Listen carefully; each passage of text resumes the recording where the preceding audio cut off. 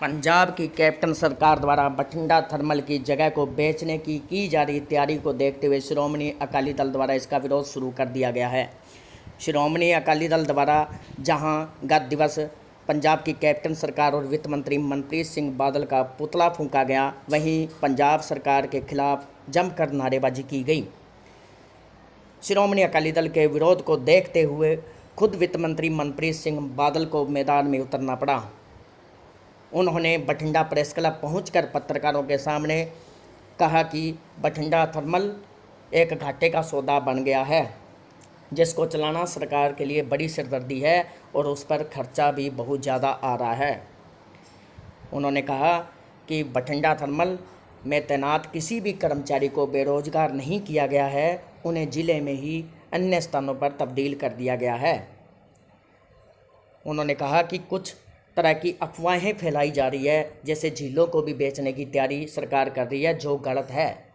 उन्होंने कहा कि बठिंडा की झीलों को पीने वाले पानी के लिए विकसित किया जाएगा, जबकि बठिंडा थर्मल की जगह पर एक इंडस्ट्रियल हब बनाया जाएगा, जहां लोगों को रोजगार मिलेगा, और सिविल लाइन व पुलिस लाइन इलाका भी इस तरफ तब्दील किया जाएगा। हम आपको सुनाते हैं कि वित्त मंत्री मनप्रीत सिंह बादल और सरकार की क्या योजना है बठिंडा थर्मल की जगह बाबत। गौरव चिंका के साथ पपिंदर सिंह की रिपोर्ट। और अज का जोड़ा प्रेस कॉन्फ्रेंस का मौजू है वो है कि एक तासुर पैदा किया जा रहा है कि बठिंडे का जोड़ा पावर स्टेशन है, थर्मल प्लांट है, उन्होंने सरकार ने किते वेचता है, ये बंद कर दिता है और ये कोई लोगों के जोड़े हित है ये नाल कोई पंजाब सरकार धरो कर रही है। सो सब तो पहला तो क्योंकि आ कैमरे दियां कालियां अखां के जरिए मैं पंजाब के लोगों को इस गल का विश्वास, भरोसा, इतबार, यकीन दिवाना चाहना है कि जिस वेले सरकार बनती है, मंत्री बनते हैं, मुख्यमंत्री बनते हैं, तो वो मुल्क प्रति और अपनी कौम प्रति एक वफादारी की हल्फ लेंदे हैं, परमात्मा के अगे वफादारी की हल्फ लेंदे कि जो भी फैसले होणगे ये मुल्क ते कौम के हित च होणगे। सो एक अज की प्रेस कॉन्फ्रेंस का मकसद यही सी कि पहला तो कि बठिंडा जिहड़ा पावर स्टेशन है ये बंद क्यों किया गया, तो हुण जो बंद हो गया है तो अगे इस पावर स्टेशन का असीं की करना है। सो बठिंडा जिहड़ा पावर स्टेशन बंद होया ये तीन पहलू ने, एक तो कमर्शल है, एक इन्वायरमेंटल है, तो एक एडमिनिस्ट्रेटिव है।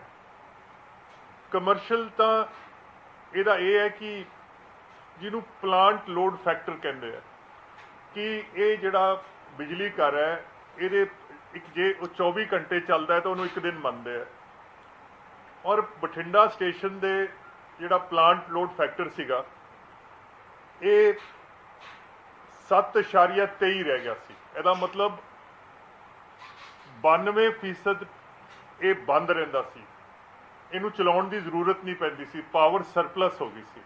सो प्लांट लोड फैक्टर जे 7.23 होवे तो फिर उन्होंने फिर चलाउण दा या उन्होंने रखण दा ये जिहड़ा कोई एडमिनिस्ट्रेटिव डिसीजन है। दूसरा मैं ये भी कहना चाहांगा कि एक सेंट्रल इलैक्ट्रिसिटी अथॉरिटी है, उहदियां गाइडलाइंस है, और उन्होंने गाइडलाइंस के मुताबिक जो भी इंडिया दे विच थर्मल स्टेशन हैगे जिहड़े 25 साल की मुनियाद पूरी कर चुके हैं, उन्होंने जे अनइकोनॉमिकल होण तो उन्होंने बंद करना ये गाइडलाइन के हिस्से च आंदा है। और बठिंडे का जिहड़ा स्टेशन सीगा ये 38 तो 43 साल उम्र पूरी कर चुकिया सीगा। तीसरा सीगा कि जिहड़ी इहदी पावर की कॉस्ट सीगी ये बठिंडे दे विच ये 7 रुपए ते 70 पैसे आ रही सी, जिहड़ी कि अज जिहड़ा अज जदों आपां बैठे हैं, अज पंजाब ने बिजली खरीदी है 2 रुपए 30 पैसे ते 2 रुपए 70 पैसे ते एक मैरिट ऑर्डर हुंदा। ਮੈਰਿਟ ਆਰਡਰ ਹੁੰਦਾ ਕਿ ਸਭ ਤੋਂ ਸਸਤੀ ਬਿਜਲੀ ਕਿੱਥੋਂ ਮਿਲਦੀ ਹੈ, ਔਰ ਉਸ ਮੈਰਿਟ ਆਰਡਰ ਦੀ ਤੁਸੀਂ ਉਲੰਘਣਾ ਨਹੀਂ ਕਰ ਸਕਦੇ। ਜੇ ਮੈਨੂੰ ਕਿਸੇ ਹੋਰ ਪਲਾਂਟ ਤੋਂ ਕਿਤੇ ਬਿਜਲੀ ਸਸਤੀ ਮਿਲਦੀ ਹੈ ਤਾਂ ਮੈਂ ਇਹ ਨਹੀਂ ਕਿ ਮੈਂ ਬਠਿੰਡੇ ਵਾਲਾ ਪਲਾਂਟ ਚਲਾਉਂਗਾ ਮਹਿੰਗਾ 7 ਰੁਪਏ 70 ਪੈਸੇ ਵਾਲਾ, ਪਰ ਮੈਂ 2 ਰੁਪਏ ਦੀ 30 ਪੈਸੇ ਦੀ ਬਿਜਲੀ ਨਹੀਂ ਖਰੀਦੂੰਗਾ। ਔਰ ਇਹ ਬੜਾ ਟਰਾਂਸਪੇਰੈਂਟ ਤਰੀਕਾ ਹੈ। ਸੋ ਟੋਟਲ ਮੈਂ ਕਹਿ ਸਕਦਾ ਕਿ ਅੱਜ ਜਿਹੜੀ ਪੰਜਾਬ ਦੀ ਬਿਜਲੀ ਜਿਹੜੀ ਸਾਨੂੰ ਅੱਜ ਖਾਸ ਕਰਕੇ ਝੋਨੇ ਵਾਸਤੇ ਮਿਲ ਰਹੀ ਹੈ, ਅੱਜ ਦੇ ਮਹੀਨੇ ਦੇ ਵਿੱਚ ਇਹ 3 ਰੁਪਏ ਤੋਂ ਥੱਲੇ ਮਿਲ ਰਹੀ ਹੈ। ਇੱਕ ਇਹ ਮੈਂ ਇਹ ਵੀ ਵਾਅਦੇ ਕਰਨਾ ਚਾਹੁੰਦਾ ਹੈ ਕਿ ਬਠਿੰਡਾ ਜਿਹੜਾ ਪਾਵਰ ਸਟੇਸ਼ਨ ਸੀਗਾ, ਇਹਦੇ ਵਿੱਚ ਤਕਰੀਬਨ 1057 ਰੈਗੂਲਰ EMPLOYEES ਸੀਗੇ, ਇਹਦੇ ਵਿੱਚ ਆਊਟਸੋਰਸ 131 ਸੀਗੇ ਤੇ ਕੰਟਰੈਕਟ ਤੇ 665 ਸੀਗੇ। ਪੰਜਾਬ ਸਰਕਾਰ ਨੇ ਬਠਿੰਡੇ ਪਲਾਂਟ ਦਾ ਇੱਕ ਵੀ EMPLOYEE, ਚਾਹੇ ਉਹ ਰੈਗੂਲਰ ਸੀ, ਚਾਹੇ ਆਊਟਸੋਰਸ ਸੀ ਤੇ ਚਾਹੇ ਉਹ ਕੰਟਰੈਕਟ ਸੀ, ਇੱਕ ਵੀ ਬੰਦੇ ਨੂੰ ਨੌਕਰੀ ਤੋਂ ਨਹੀਂ ਕੱਢਿਆ। ਸਾਰੇ ਬੰਦਿਆਂ ਨੂੰ ਉਹਨਾਂ ਨੇ ਆਲਟਰਨੇਟਿਵ ਜਗ੍ਹਾ ਤੇ ਬਠਿੰਡੇ ਡਿਸਟ੍ਰਿਕਟ ਦੇ ਵਿੱਚ ਉਹਨਾਂ ਨੇ ਉਹਨਾਂ ਨੂੰ ਤਬਾਦਲਾ ਕਰਤਾ। ਸੋ not a single employee of the Bathinda thermal plant was retrenched। और जिस तरह मैं कहा कि जे 7 रुपए 70 पैसे की बिजली प्रोड्यूस होंगी है तो प्लांट लोड फैक्टर जोड़ा है वो 7.23 है, तो ये प्लांट जोड़ा है ये अनवाइबल हो गया सी। दूसरा मैं ये भी कहना है कि जे ये प्लांट को असी रखते हैं तो यदा जोड़ा प्लांट लोड फैक्टर है इट्स अंडर 8, ਤਾਂ ਇਹਦਾ ਜਿਹੜਾ ਮੇਨਟੇਨੈਂਸ ਲੇਬਰ ਤੇ ਐਡਮਿਨਿਸਟ੍ਰੇਟਿਵ ਕਾਸਟ ਹੈ ਇਹ 110 ਕਰੋੜ ਰੁਪਏ ਸਾਲ ਦਾ ਪੈਂਦਾ। ਕੋਈ ਵੀ ਜ਼ਿੰਮੇਵਾਰ ਸਰਕਾਰ ਔਰ ਇਹ ਜਿਹੜੇ ਆਪਣੇ ਟੈਕਸ ਪੇਅਰ ਦੇ ਪੈਸੇ ਤੇ ਐਸਾ ਗੈਰ ਜ਼ਿੰਮੇਵਾਰਾ ਫੈਸਲਾ ਨਹੀਂ ਲੈ ਸਕਦੀ ਕਿ ਅਸੀਂ ਉਹਨੂੰ ਕੰਟੀਨਿਊ ਕਰੀਏ। ਇਸ ਲਿਹਾਜ਼ਾ ਇਹ ਪਿਛਲੇ 3 ਸਾਲ ਤੋਂ ਇਹ ਪਲਾਂਟ ਬੰਦ ਪਿਆ ਸੀ। ਔਰ ਮੈਂ ਇੱਕ ਗੱਲ ਇਹ ਵੀ ਜਾਂਦਾ ਤੁਹਾਨੂੰ ਦੱਸ ਕੇ ਜਾਊਂਗਾ कि मिनिस्ट्री ऑफ फॉरेस्ट इन्वायरमेंट ਤੇ ਕਲਾਈਮੇਟ ਚੇਂਜ ਉਹਨਾਂ ਦੀਆਂ ਹਦਾਇਤਾਂ ਹੈਗੀਆਂ ਕਿ ਜਿੰਨੇ ਵੀ ਪੰਜਾਬ ਦੇ ਵਿੱਚ ਪਾਵਰ ਪਲਾਂਟ ਜਿਹੜੇ ਕੋਲ ਫਾਇਰਡ ਹੈ ਚੱਲ ਰਹੇ ਹੈ ਉਹ FGD, ਹੁਣ ਇਹ ਇੱਕ ਸਾਇੰਟੀਫਿਕ ਟਰਮ ਹੈ, ਫਲੂ ਗੈਸ ਡੀਸਲਫਰਾਈਜ਼ੇਸ਼ਨ, ਪਹਿਲਾਂ ਤਾਂ ਉਹ ਮਸ਼ੀਨਾਂ ਲਾਣਗੇ, ਫਿਰ SPM ਨੂੰ ਕੰਟਰੋਲ ਜਿਹੜਾ ਉਹ ਪਾਰਟੀਕੂਲੇਟ ਮੈਟਰ ਹੈ ਉਹਨੂੰ ਕੰਟਰੋਲ ਕਰਨ ਦੀ ਮਸ਼ੀਨਰੀ ਲਾਣਗੇ ਤੇ ਮਰਕਰੀ ਜਿਹੜਾ ਹੈ ਇਹ ਮਰਕਰੀ ਕੰਟਰੋਲ ਕਰਨ ਦੀ ਵੀ ਲਾਉਣਗੇ। ਔਰ ਜਿਹੜਾ ਪਲਾਂਟ ਉੱਥੇ ਨਹੀਂ ਲਾਊਗਾ ਉਹਦਾ 18 ਲੱਖ ਰੁਪਇਆ ਦਿਹਾੜੀ ਦਾ ਉਹਦਾ ਜੁਰਮਾਨਾ ਹੈ। ਹੁਣ ਜਿਹੜਾ ਪਲਾਂਟ ਚੱਲ ਹੀ ਨਹੀਂ ਰਿਹਾ ਉਹਦੇ ਤੇ 250-300 ਕਰੋੜ ਰੁਪਇਆ ਪੈਨਲਟੀ ਭਰ ਕੇ ਹਰ ਸਾਲ ਇਹਦੀ ਪੈਨਲਟੀ 200-250 ਕਰੋੜ ਬਣੂਗੀ। ਇਹਦਾ ਵੀ ਕੋਈ ਆਈਡੀਆ ਨਹੀਂ ਸੀਗਾ। ਔਰ ਮੈਂ ਜਾਂਦਾ ਤੁਹਾਨੂੰ ਇਹ ਵੀ ਕਹਾਂਗਾ ਕਿ ਸੋ ਇਨਵਾਇਰਮੈਂਟਲ, ਐਡਮਿਨਿਸਟ੍ਰੇਟਿਵ ਤੇ ਕਮਰਸ਼ੀਅਲ ਇਹ 3 ਕਾਰਨ ਸੀਗੇ ਕਿ ਬਠਿੰਡਾ ਦਾ ਜਿਹੜਾ ਪਾਵਰ ਪਲਾਂਟ ਹੈ ਇਹ 3 ਸਾਲ ਪਹਿਲਾਂ ਪੰਜਾਬ ਸਰਕਾਰ ਨੇ ਇਹਨੂੰ ਬੰਦ ਕਰਨ ਦਾ ਫੈਸਲਾ ਕੀਤਾ। ਹੁਣ ਸਵਾਲ ਇਹ ਰਹਿ ਗਿਆ ਕਿ ਇੱਕ ਵਾਰੀ ਇਹ ਪਲਾਂਟ ਬੰਦ ਹੋ ਗਿਆ, ਕਿਸੇ EMPLOYEE ਦੀ ਰੀਟ੍ਰੈਂਚਮੈਂਟ ਨਹੀਂ ਹੋਈ। ਔਰ ਮੈਂ ਤੁਹਾਨੂੰ ਇਹ ਵਸੂਕ ਨਾ ਦੱਸ ਸਕਦਾ ਕਿਉਂਕਿ ਮੈਂ ਬਠਿੰਡਾ ਕੰਸਟੀਚੁਐਂਸੀ ਨੂੰ ਰਿਪਰੈਜ਼ੈਂਟ ਕਰਦਾ। ਇੱਕ ਸਾਇਲੈਂਟ ਮੈਜੋਰਿਟੀ ਹੈ। ਅਕਾਲੀ ਦਲ ਨੂੰ ਦੁੱਖ ਹੋ ਸਕਦਾ ਹੈ, ਆਮ ਆਦਮੀ ਪਾਰਟੀ ਨੂੰ ਦੁੱਖ ਹੋ ਸਕਦਾ ਹੈ, ਪਰ ਜਿਹੜੇ ਬਠਿੰਡੇ ਸ਼ਹਿਰ ਦੇ ਲੋਕ ਹੈ ਜਿਨ੍ਹਾਂ ਤੇ ਸਿਰ ਤੇ ਪਿਛਲੇ 40 ਸਾਲ ਤੋਂ ਇਹ ਸਵਾਹ ਡਿਗਰੀ ਸੀ, ਕਿਉਂਕਿ ਆਫਟਰ ਆਲ ਇਹ ਇੰਨਾ ਤੁਸੀਂ ਲੱਖਾਂ ਟਨ ਕੋਲਾ ਜਿਹੜਾ ਹੈ ਜੇ ਕਿਤੇ ਬਚਾਉਂਦੇ ਹੋ ਤਾਂ ਉਹਦੀ ਸਵਾਹ ਕਿਤੇ ਨਾ ਕਿਤੇ ਤਾਂ ਡਿੱਗੂਗੀ। ਇਹ ਬਠਿੰਡੇ ਸ਼ਹਿਰ ਦੇ ਉੱਤੇ ਡਿੱਗਦੀ ਸੀ, ਉਹਨਾਂ ਨੇ ਤਾਂ ਇੱਕ ਸੁੱਖ ਦਾ ਸਾਹ ਲਿਆ। ਹੁਣ ਸਵਾਲ ਸਿਰਫ ਇੱਕ ਇੰਨਾ ਹੀ ਰਹਿ ਗਿਆ ਕਿ ਇਹ ਜਿਹੜਾ ਪਲਾਂਟ ਹੈ ਇਹਦੀ ਜਿਹੜੀ ਜ਼ਮੀਨ ਹੈ ਇਹਦਾ ਕੀ ਸਰਕਾਰ ਕੀ ਕਰਨ ਚੱਲੀ ਹੈ, ਕਿਉਂਕਿ ਕੁਝ ਪੇਪਰਾਂ ਨੇ ਲਿਖਤਾ ਹੈ ਕਿ ਗਵਰਨਮੈਂਟ ਨੇ ਇਹ ਜ਼ਮੀਨ ਵੇਚ ਦੇਣੀ ਹੈ। ਇਹ ਤਾਂ ਵੇਚਤਾ, ਇਹ ਲੋਕਾਂ ਦੇ ਹਿੱਤ ਜਿਹੜੇ ਹੈ ਗਵਰਨਮੈਂਟ ਇਹ ਵੀ ਵੇਚ ਕੇ ਖਾ ਜੂਗੀ।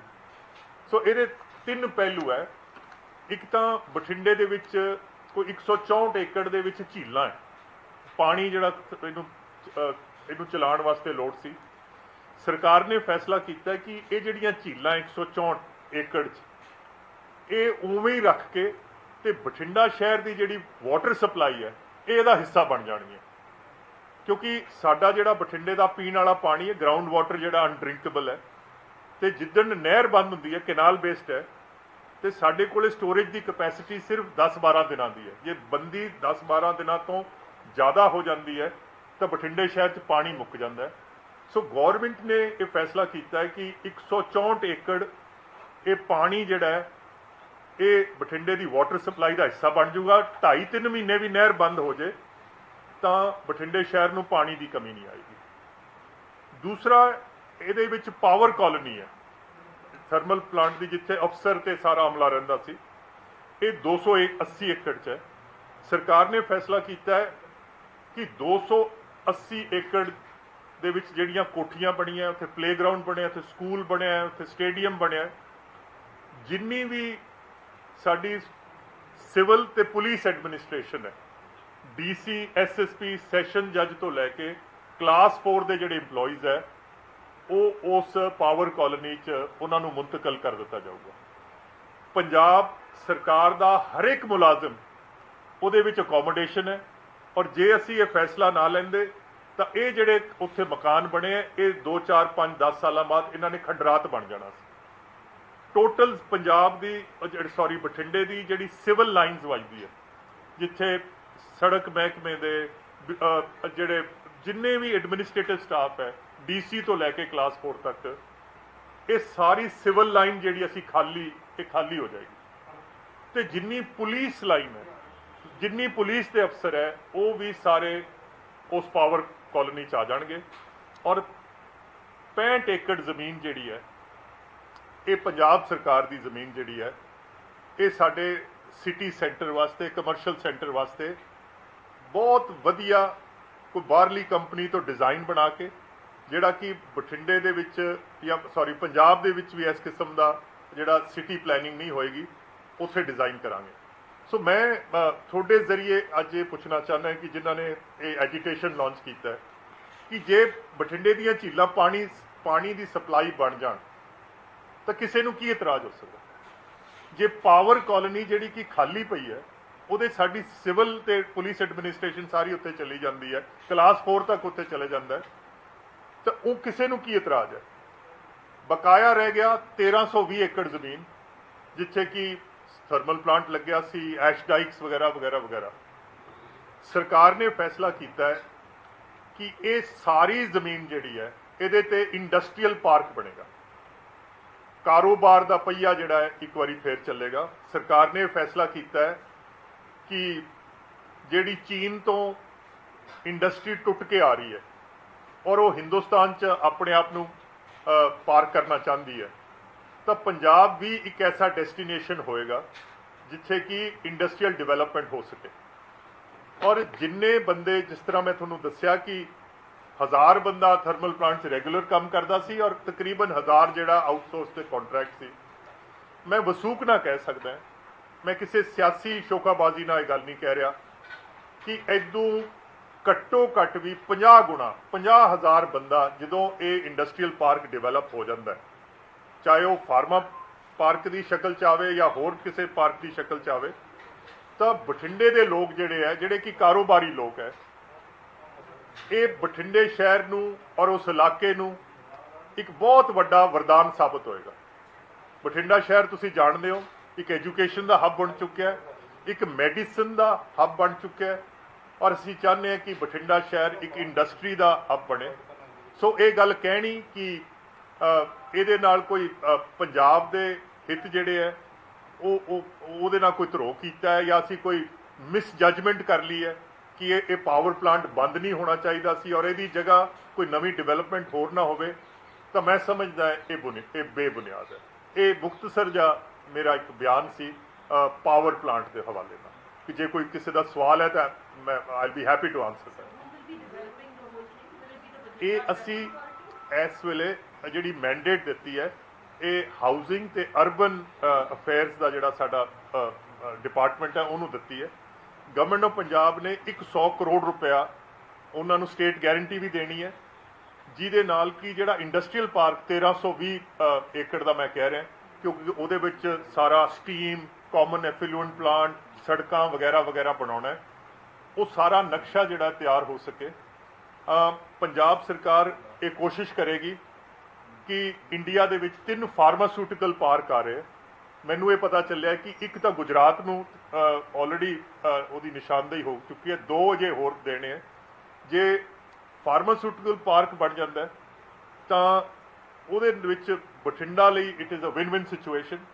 ਮੈਨੂੰ ਇਹ ਵੀ ਦੱਸਿਆ ਗਿਆ ਕਿ ਗਵਰਨਮੈਂਟ ਆਫ ਇੰਡੀਆ ਨੇ ਕਿਹਾ ਕਿ ਜੇ ਫਾਰਮਾਸਿਊਟੀਕਲ ਪਾਰਕ ਵਾਸਤੇ ਕੋਈ ਸਟੇਟ ਗਵਰਨਮੈਂਟ ਜ਼ਮੀਨ ਦਿੰਦੀ ਹੈ ਤਾਂ 700 ਕਰੋੜ ਰੁਪਇਆ ਗਵਰਨਮੈਂਟ ਆਫ ਇੰਡੀਆ ਲਾਏਗੀ ਉਹਨੂੰ ਡਿਵੈਲਪ ਕਰਨ ਤੇ ਉਹ ਨਾਰਮਲੀ ਕੀ ਹੁੰਦਾ, ਤੁਸੀਂ ਇੰਡਸਟਰੀਅਲ ਪਾਰਕ ਬਣਾ ਲੈਂਦੇ ਹੋ, ਪਰ ਫਿਰ ਇੰਡਸਟਰੀ ਆਉਣਾ ਇਹ ਤੁਹਾਡੀ ਜ਼ਿੰਮੇਵਾਰੀ ਹੈ। ਗਵਰਨਮੈਂਟ ਆਫ ਇੰਡੀਆ ਕਹਿ ਰਹੀ ਹੈ ਜੇ ਫਾਰਮਾਸਿਊਟੀਕਲ ਪਲਾਂਟ ਆਏਗਾ, ਪਾਰਕ ਆਏਗਾ ਤਾਂ ਇੰਡਸਟਰੀ ਲਿਆਣੀ ਗਵਰਨਮੈਂਟ ਆਫ ਇੰਡੀਆ ਦੀ ਜ਼ਿੰਮੇਵਾਰੀ ਹੋਏਗੀ। ਸੋ ਬਠਿੰਡਾ ਨੂੰ ਅਸੀਂ ਪਿਚ ਕਰਾਂਗੇ ਐਜ਼ ਅ ਫਾਰਮਾਸਿਊਟੀਕਲ ਪਲਾਂਟ, ਪਰ ਮੈਂ ਨਹੀਂ ਸਮਝਦਾ ਕਿ ਇਸ ਫੈਸਲੇ 'ਚ ਬਠਿੰਡੇ ਦਾ ਜਾਂ ਪੰਜਾਬ ਦਾ ਕੋਈ ਨੁਕਸਾਨ ਹੋਣ ਜਾ ਰਿਹਾ। ਇਹ ਜਿਹੜੀ ਜ਼ਮੀਨ ਹੈ it will be put to optimum use administrative complex ਦੇ ਲਿਹਾਜ਼ ਨਾਲ ਵੀ, ਔਰ ਸਾਡੇ ਜਿਹੜਾ ਕਾਰਪੋਰੇਸ਼ਨ ਬਠਿੰਡਾ ਕਾਰਪੋਰੇਸ਼ਨ ਨੂੰ ਪਾਣੀ ਦੀ ਸਪਲਾਈ ਵੀ ਮੁਸਤਕਿਲ ਸੋਰਸ ਜਿਹੜੀ ਹੈ ਮਿਲ ਜਾਏਗੀ। ਔਰ ਬਠਿੰਡਾ ਦੇ ਵਿੱਚ ਇੰਡਸਟਰੀ ਜਿਹੜੀ ਹੈ, ਸਦਰਨ ਪੰਜਾਬ ਦੇ ਵਿੱਚ ਇੰਡਸਟਰੀ ਜਿਹੜੀ ਹੈ ਉਹ ਘੱਟ ਹੈ, GT ਰੋਡ ਸੈਂਟਰਿਕ है। तो मैं समझता है कि it is a win win situation for everybody. नमस्कार दोस्तों, STV भास्कर के साथ बने रहने के लिए सब्सक्राइब करें, बेल आइकॉन का बटन दबाएं, लाइक करें। हम आप तक पहुंचाते रहेंगे ताज़ा समाचार।